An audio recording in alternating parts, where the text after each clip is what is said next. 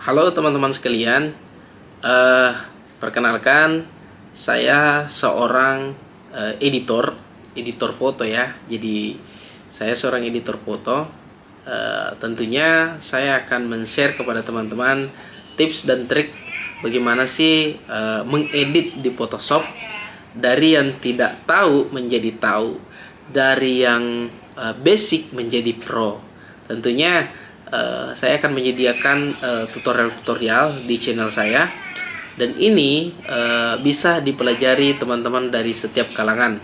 Jadi meskipun teman-teman di sini tidak memiliki keahlian khusus dalam mengedit foto, itu sangatlah mudah ya, karena cukup menonton video ini sampai selesai. Nah, di sini saya merekomendasikan teman-teman menggunakan Windows 7 dan Photoshop CS3 ya. Jadi kalau si CS3 memang terlalu berat, gunakan saja CS Portable ya. Saya sih biasanya menggunakan CS Portable karena menurut saya sih itu mudah, meskipun sekarang sudah sampai CS berapa ya di 2022. Jadi cukup menggunakan CS Portable yang warna biru itu, yang seperti ini ya. Nah, di sini saya biasa menggunakan untuk mengedit segala macam, apakah foto, apakah menghilangkan background, apakah tanda tangan, apakah stempel. Jadi saya bisa gunakan semua, meskipun itu tadinya harus diedit menggunakan Corel Draw, tapi di sini saya menggunakan Photoshop untuk mengedit itu semua. Jadi banyak ya. Jadi banner, spanduk, apa semua saya edit di situ. Nah, di sini saya akan mengajarkan step by step dari awal contoh mungkin menghilangkan background foto, ataukah kemudian lanjut ke hal-hal yang selanjutnya hingga bagaimana teman-teman bisa membuat desain banner ya. Kenapa harus banner? Ya, banner itu seperti spanduk, karena itu kan dibutuhkan untuk saat ini. Karena ingat, editor itu sangat dibutuhkan di dunia kerja teman-teman. Kenapa? Karena dibandingkan dengan sarjana-sarjana lulusan saat ini, itu sangat dibutuhkan yang namanya keahlian ya. Jadi berbicara terkait tentang pengetahuan, IPK itu di nomor 2 kan. Jadi yang dibutuhkan adalah pengalaman kerja dan keahlian. Nah, tentunya di sini saya akan mengajarkan dari awal betul ya. Jadi kalau memang teman-teman belum memiliki perangkat atau hal ini PC, saya rekomendasikan silakan dulu punya ya. Jadi apakah itu komputer jadul ataukah laptop jadul ya, karena ini kita menggunakan sistem yang sangat rendah ya. Jadi bisa Windows 7, Windows XP, Windows Vista, bisa ya semua. Nah, dari itu kita akan bukan menginstal sih, tapi kita akan membuka Photoshop Portable. Nah, untuk downloadnya mungkin teman-teman saya rekomendasikan silakan di-download di Google ya. Ketik saja Adobe Photoshop Portable. Nanti akan tersedia ekstensi Exe. Nah, setelah itu di-download, teman-teman silakan buka dan kemudian langsung akan terbuka otomatis. Nah, setelah terbuka, jadi teman-teman akan diperlihatkan tampilannya. Nah, silakan teman-teman pelajari dulu tampilannya, apa sih yang namanya menu bar, apa sih tampilannya section bar, untuk apa sih ini Ctrl O, Ctrl S, Ctrl alternatif Z, dan Ctrl R ya, banyak ya. Jadi nanti setiap kontrol-kontrol itu juga saya akan ajarkan di channel ini ya. Nah, jadi seperti slogan pertama, dari yang tidak tahu menjadi tahu, dari yang basic bisa menjadi pro. Nah, jadi kan enak ya. Jadi saya sih begitu. Jadi kalau misalkan sudah ada satu aplikasi yang sangat saya senangi dan saya sangat mahir, saya tidak akan menggunakan aplikasi-aplikasi apa yang baru ya. Jadi buat apa menggunakan aplikasi yang baru kalau kita tidak mahir? Nah, tapi konsekuensinya kita akan tertinggal. Tapi tidak ya. Jadi di sini saya tetap pelajari juga yang namanya Photoshop CS yang terbaru, tapi dengan catatan saya juga tetap tekun di CS Portable. Pernah sih saya mengedit suatu stempel menggunakan Photoshop itu, stempel sekolah, ya bagaimana membuat lengkungan, itu kan tidak bisa ya. Tapi itu berhasil. Bagaimana caranya membuat tulisan sekolah, itu juga berhasil. Yang tadinya memang kita tidak bisa lakukan, itu menjadi bisa. Yang tadinya hanya bisa dilakukan di CorelDRAW, ternyata di Photoshop bisa, teman-teman. Jadi Photoshop bukan hanya untuk mengedit foto saja, bukan hanya mengedit atau menghilangkan gambar foto saja. Biasa kan teman-teman mungkin ketukan foto, ingin diganti fotonya dengan latar merah, dibuka tuh aplikasi Photoshop. Bukan hanya itu saja, teman-teman. Ternyata bisa membuat desain, bisa membuat stempel, bisa membuat tanda tangan, banyak ya. Jadi itu. Tapi sederhananya mungkin teman-teman tahu, hanya menghilangkan latar background dari foto tersebut. Sehingga sangat perlu teman-teman tahu ya ilmu yang akan saya sampaikan itu. Jadi pada dasarnya tidak sedikit sih yang menyadari tentang itu.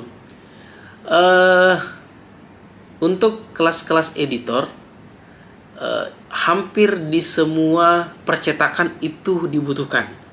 Bukan hampir sih, tapi memang menjadi kebutuhan. Misalkan percetakan buku, CV ya, semua dibutuhkan. Jadi semua editor dan desainer semua dibutuhkan, terutama yang jago tentang Photoshop. Tapi saya punya teman, dia itu hanya tamatan SMA, tapi karena dia mahir untuk belajar secara otodidak, ijazah pun dia tidak gunakan. Artinya memang dia tidak dapatkan ijazah perkuliahan karena hanya sampai SMA. Tapi dia sekarang menjadi desainer. Nah, desainernya ini yang dia manfaatkan untuk mendesain apa-apa yang menjadi kebutuhan. Dia bekerja di salah satu percetakan pamflet atau spanduk besar ya. Jadi dia mengedit sehingga apapun karyanya itu selalu diapresiasi oleh pelanggan karena memang sangat bagus, teman-teman. Nah, seperti dia jadi konsekuensinya teman-teman harus belajar secara otodidak. Tapi sekarang serba mudah sekali. Kalau teman-teman malas untuk menonton video, silakan dibuka Google. Kalau teman-teman malas untuk baca, silakan buka YouTube. Jadi langsung di play begitu saja. Jadi kalau memang teman-teman malas untuk melihat, menonton, silakan mendengarkan, kan itu bisa diputar rekaman suara.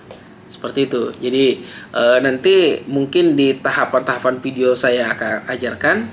Yang pertama adalah bagaimana caranya kita bisa mendownload Photoshop dengan benar dan menginstal.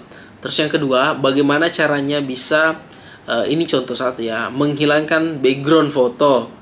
Terus yang ketiga, bagaimana caranya bisa menggabungkan dua foto satu sekaligus.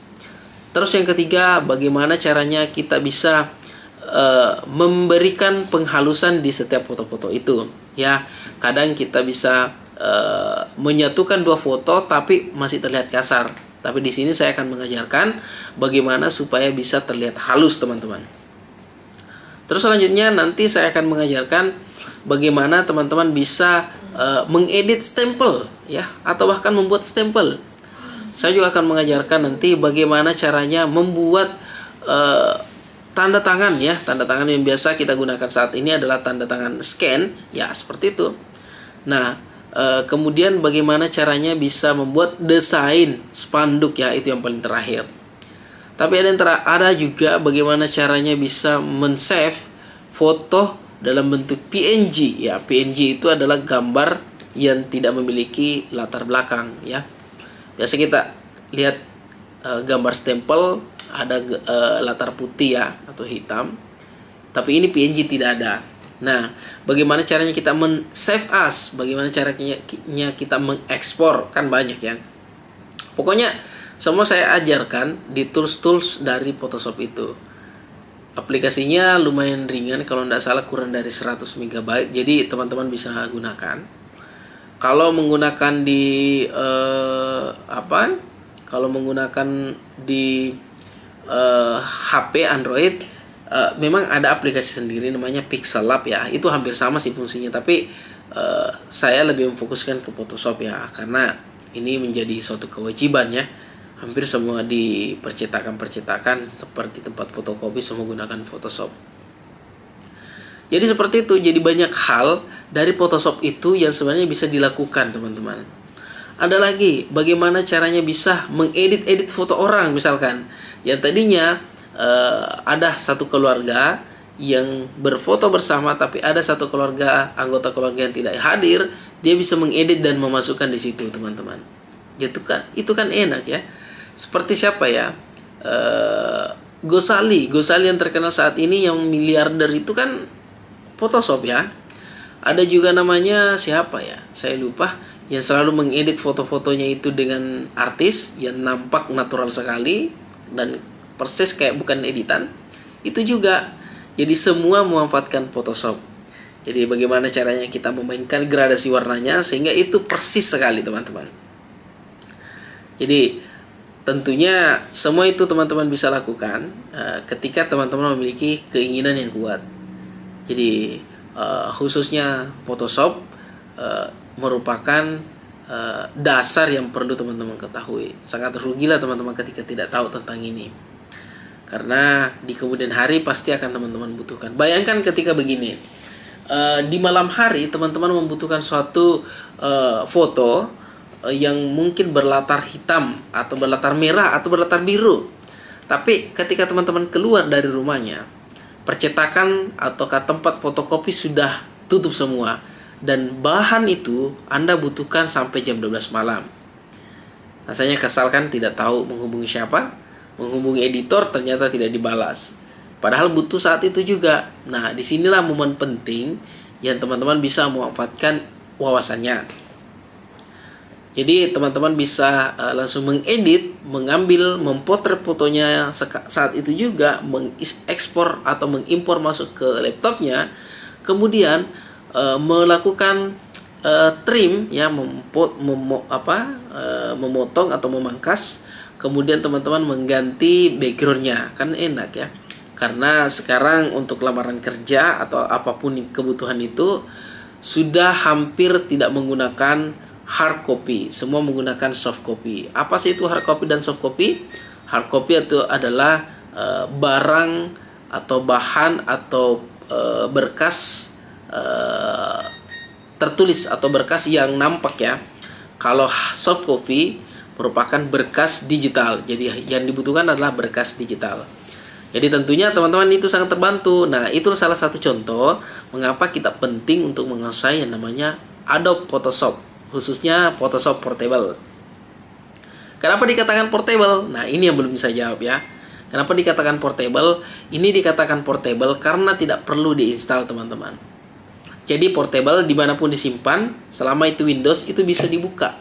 Jadi tidak perlu diinstal. Nah, tapi yang paling penting teman-teman harus menonaktifkan security system dari Windows-nya. Mengapa? Karena ini dibaca virus teman-teman. Padahal ini bukan virus loh. Bukan virus.